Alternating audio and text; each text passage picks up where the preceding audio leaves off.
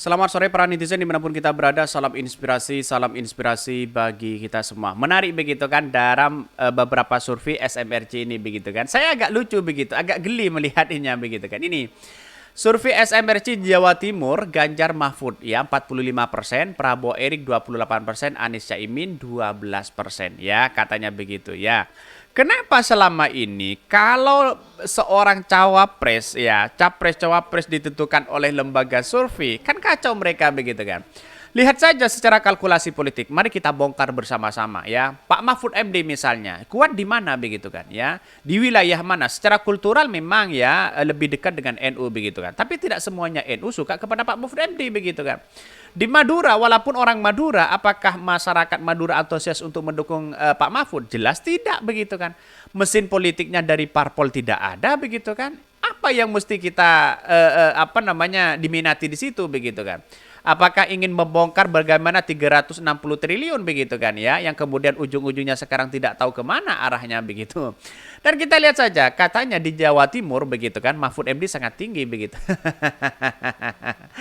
Jadi apakah Pak Mahfud lahir dari kultural para pesantren atau NU, kan itu menjadi pertanyaan. Kalau itu mesin politiknya begitu kan, saya kira jauh begitu kan ya. Dan bahkan tiba-tiba kenapa survei SMRC ini begitu kan ya, lalu merilis bahwa Ganjar dan Mahfud itu 45% begitu kan. Apakah PDP percaya terhadap survei itu? Saya kira tidak begitu percaya begitu kan.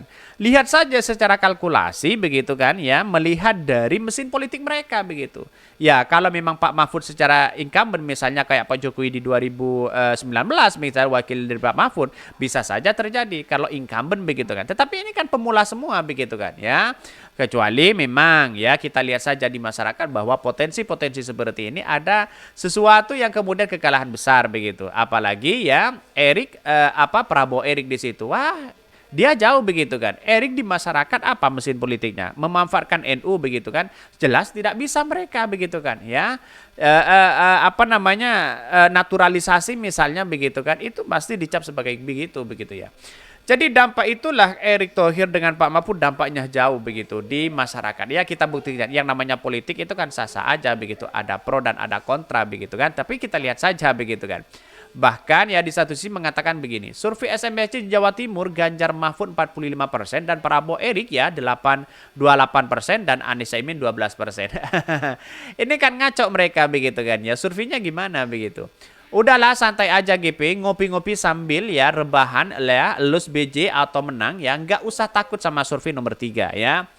Jelas ini survei akal-akalan. Jadi penasaran jenis pertanyaan seperti apa yang ditanyakan surveyor ya kepada responden ya, karena akan mempengaruhi jawaban mereka begitu.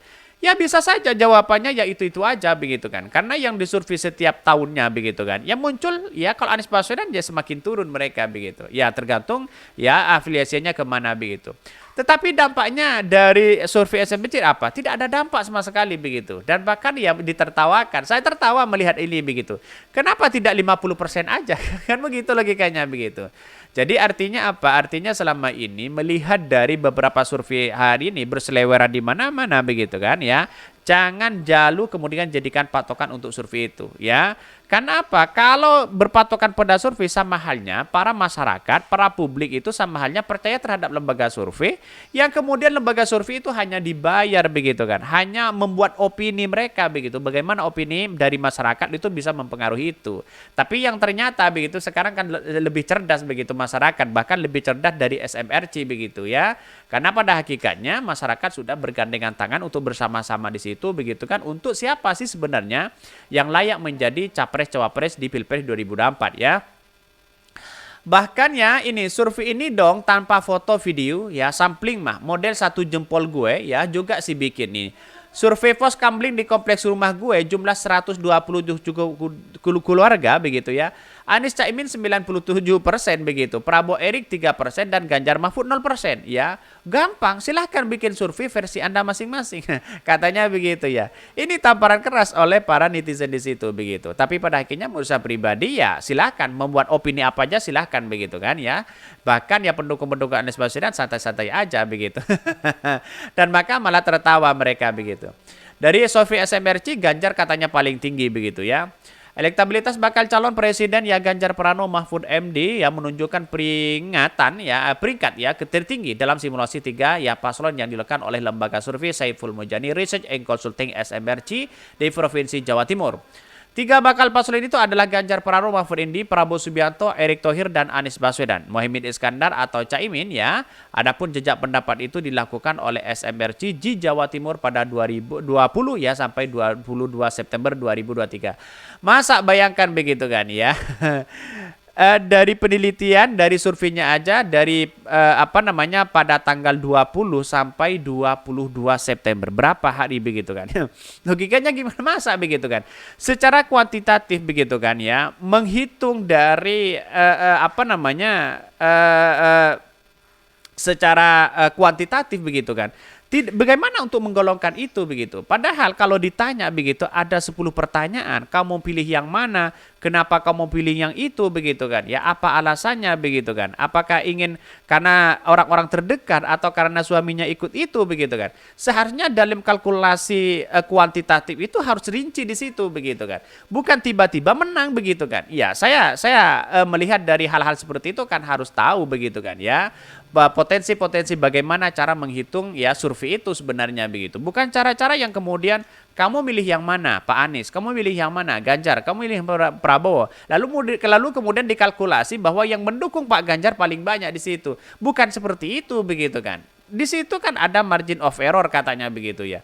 Ditampilkan mereka begitu kan. Tapi anehnya kenapa golongan-golongan yang kemudian ya yang mempengaruhi ketika Anies Baswedan misalnya satu orang mendukung Anies Baswedan. Kenapa kok tidak ditanya bahwa keluarganya akan mempengaruhi untuk mendukung Anies Baswedan juga? Apakah ke yang lain? Kan begitu pertanyaannya begitu. Dan inilah yang disembunyikan lembaga survei. Kalau kita tahu hitung-hitungan lembaga survei, wah pasti kan tertawa aja melihat itu begitu kan ya, karena saya pernah ya pengalaman dalam dunia itu begitu.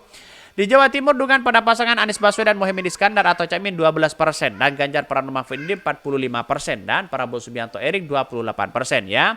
Bahkan yang tidak menjawab 14%. Saiful menyebutkan sekitar ya 2 atau 3 minggu pasca deklarasi Anies Caimin, dukungan kepada pasangan di Jawa Timur belum mengalami perkembangan. Bahkan sebagai perbandingan Jawa Timur, SMRC survei nasional secara tatap muka persis setelah deklarasi Anies Caimin begitu. Survei nasional tersebut dilakukan pada 2 sampai 11 September 2023. Inilah untuk mempengaruhi narasi-narasi mereka bagaimana lembaga survei berseleweran. Saya sudah katakan sejak awal begitu. Pasti nanti ada lembaga survei yang kemudian Anies Baswedan menang di situ, pasti ada lembaga survei yang kemudian memberikan narasi, memberikan tandingan mereka begitu kan, seolah-olah Anies Caimin tidak naik di situ begitu. Dan ternyata terbukti hari ini begitu. Apa yang terjadi? Segampang itulah untuk memanipulasi bagaimana cara-cara lembaga survei itu bermain begitu kan ya. Ya kalau menurut saya pribadi ya itu aja surveinya mereka begitu. Atau jangan-jangan satu orang begitu kan. Ya tergantung siapa mereka. Ya terafiliasinya ke siapa begitu kan. Itu sudah kelihatan oleh tren mereka begitu ya. Bahkan Saiful Mujani menjelaskan bahwa suara Anies Jawa Timur tidak banyak berbeda dengan suara tingkat nasional. Bahkan kecenderungan lebih rendah katanya. Ya kita lihat saja nanti begitu kan ya. Kalau lembaga survei seperti ini masa Anda percaya begitu kan? dengan kata kunci dengan teman-teman sendiri mengatakan ya dari netizen wah ngibulnya seperti itu begitu. Ya kasihan banget begitu kan, capek-capek ya karena memang dia dibayar begitu ya. Siapa ya lembaga survei yang tidak dibayar? Semuanya kan pasti bayar begitu ya.